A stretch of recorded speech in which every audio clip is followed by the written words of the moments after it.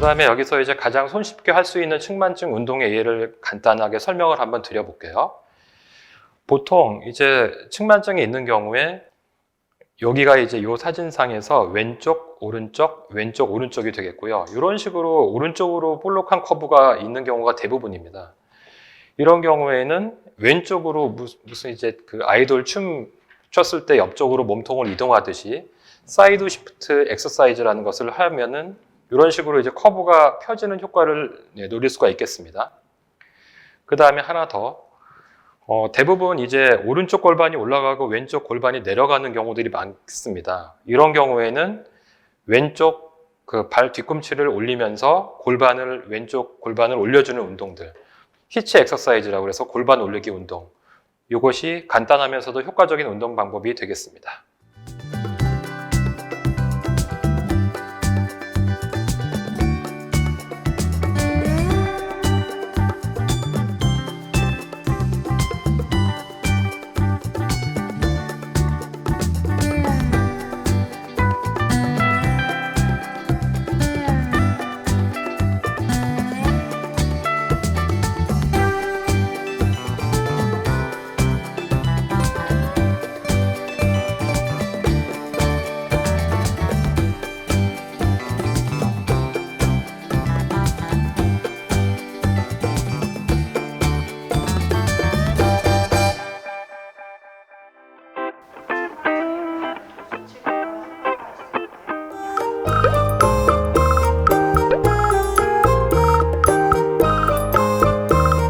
정답은 5가 되겠습니다. 2011년하고 2016년도에 소소트라고요. 이것은 이제 전 세계의 측만증의 권위자들이 모여서 만드는 모임인데요. 여기에서 제시한 가이드라인을 보면은 특발성 척추 측만증의 치료 중에 물리치료적인 특수운동과 보조기는 치료 효과의 근거가 충분히 있다고 하였습니다.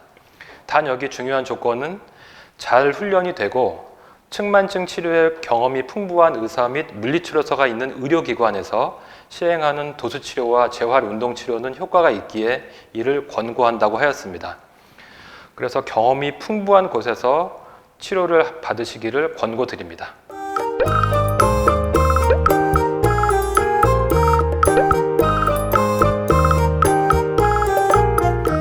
정답은 X입니다. 대학병원에서는 재활치료나 도수치료까지는 신경을 써주시지 못하는 경우가 많습니다. 필라테스가 척추 주변에 있는 근육을 강화하고 유연성을 좋게 해주는 데는 일정 부분 도움이 될 수가 있습니다. 하지만 척추 커브의 방향이나 정도, 진행을 모르고 한다면 이것 또한 해가 될 수가 있겠죠. 성장기의 아이들은 측만증 전문 의료기관에서 정기적으로 사진, 체형검사, 골격 성숙도 등을 정기적으로 체크해 가면서 치료하시기를 꼭 당부드리겠습니다.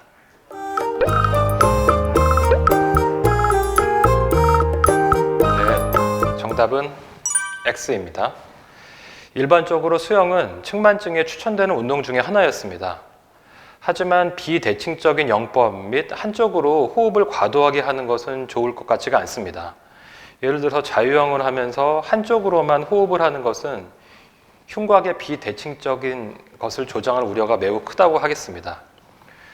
그 다음에 테니스, 배드민턴, 탁구 이런 라켓 스포츠 등은 일반적으로 좌우를 동일하게 사용하는 것이 아니고 한쪽을 사용하게 되겠죠.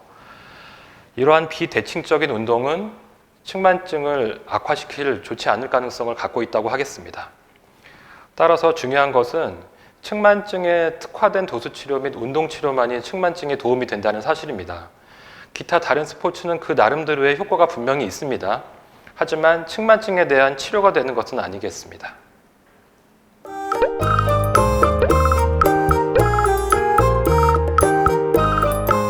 답은 X입니다. 허리 통증과 청소년기의 특발성 측만증은 큰 관계가 없다는 것이 일반적인 답입니다.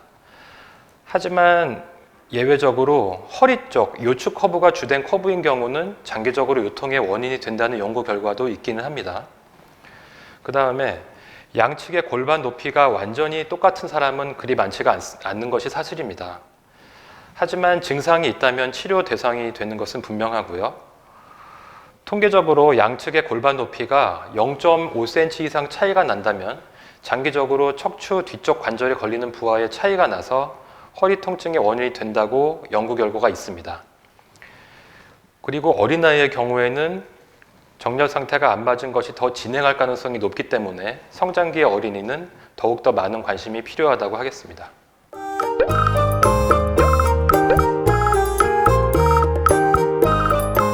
정답은 동그라미입니다.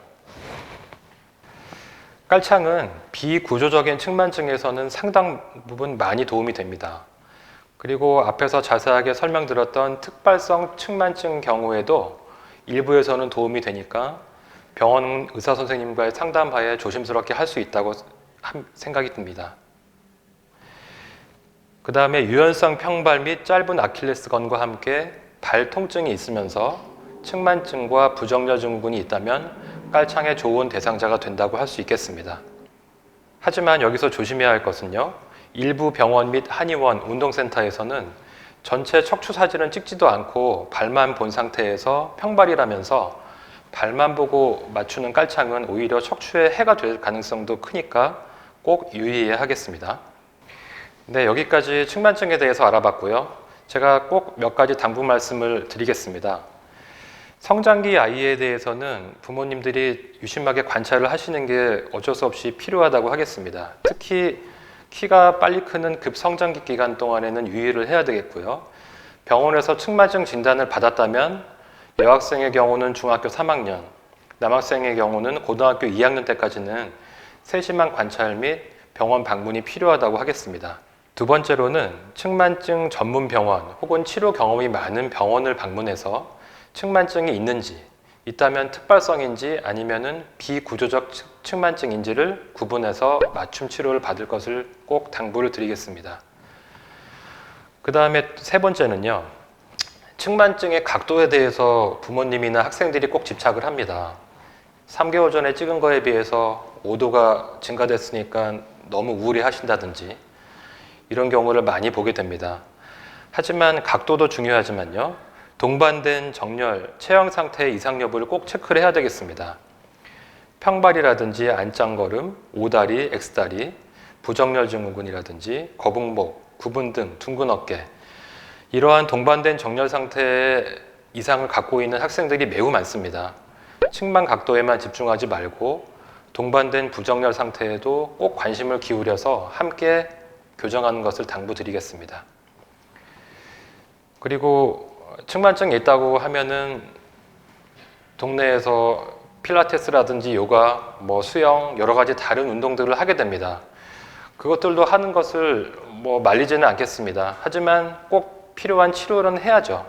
그래서 측만증이 있다면은 혹시 의심된다면 측만증에 특화된 도수치료와 재활치료를 꼭 받으실 것을 권고를 드리겠습니다. 감사합니다.